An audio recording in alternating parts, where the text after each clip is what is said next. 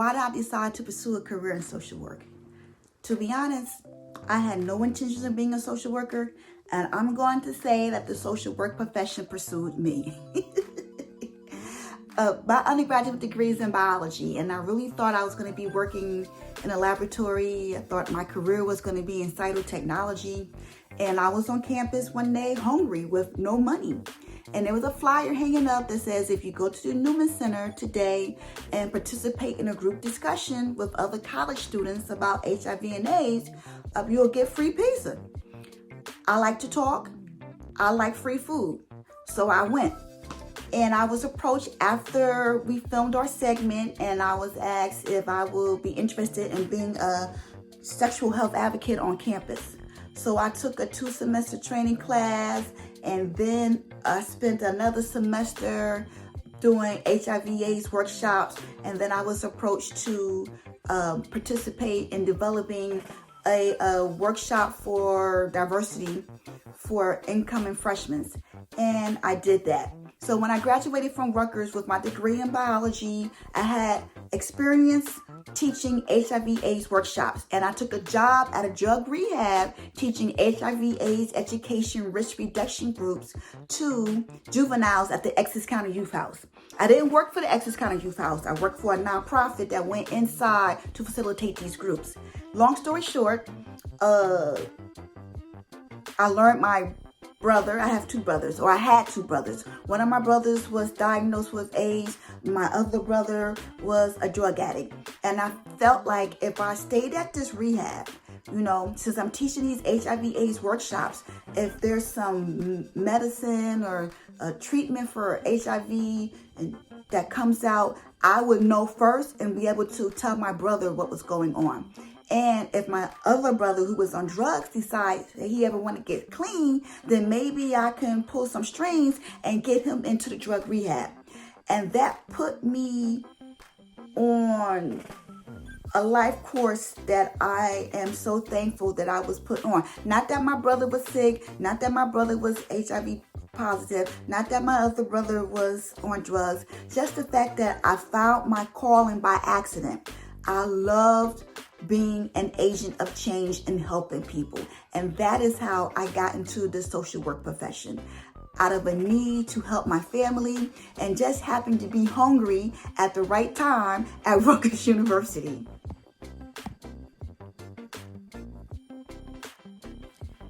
I decided to enroll in the intensive weekend program because I had gone as far as I could go with my bachelor's in biology. I had obtained my CADC, that stands for Certified Alcohol and Drug Counselor, and I wanted to move up and become a licensed clinical alcohol and drug counselor, and I needed to obtain my master's to do so. I looked at the Master's of Public Health program at a different university. I looked at a Master's in Human Service program, and then I learned about the intensive weekend program. Because the other MSW program I was looking at, it was basically a full-time program Monday through Friday. And I work Monday through Friday. I have bills to pay. I take care of my father. I take care of my dog. And I could not just quit my job to go back to school. So going to school on the weekends made sense for me. I was like, yeah, I won't have a social life for 3 years, but I'll have my master's in 3 years. And I don't want to scare anyone because I did have a social life. I kept performing. A lot of people know me from Call Me Crazy, Diary of a Mass Social Worker. I was able to do theater. I was able to get in a couple of vacations, but it was not easy. I had to stay dedicated and committed to doing the work and doing my field hours, and I was able to get done. And this is the best part about the intensive weekend program. You're in school or with a cohort of individuals who are also human service workers. So not only do I have 10 to 15 years of experience, everyone in my cohort had 10 and 15 years of experience. And they became my go-to networking people.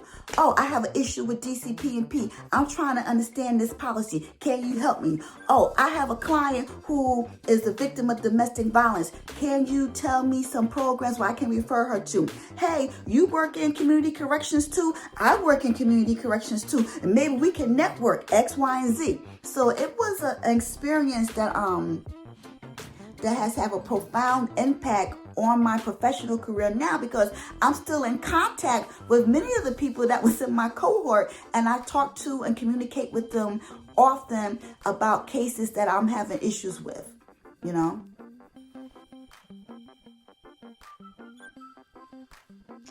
So right now, I am the Substance Use Disorder Treatment Director for a residential community release program for women inmates. I do not work for the Department of Corrections. I work for a nonprofit agency that contracts with the Department of Corrections to provide services to their women inmates.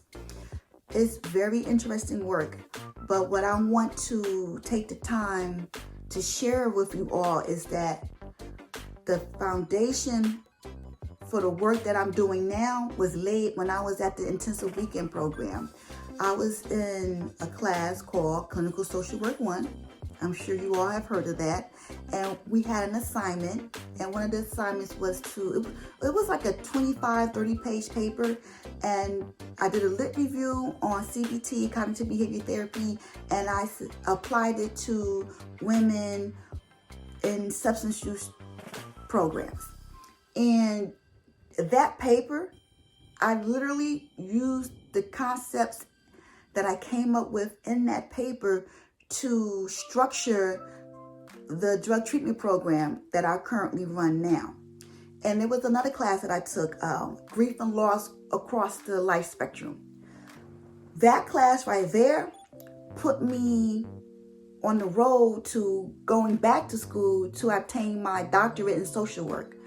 And I also use that work, my qualitative research, and what I learned from the MSW program to implement different programs and services, specifically around symbolic and physical losses when it comes to incarcerated women.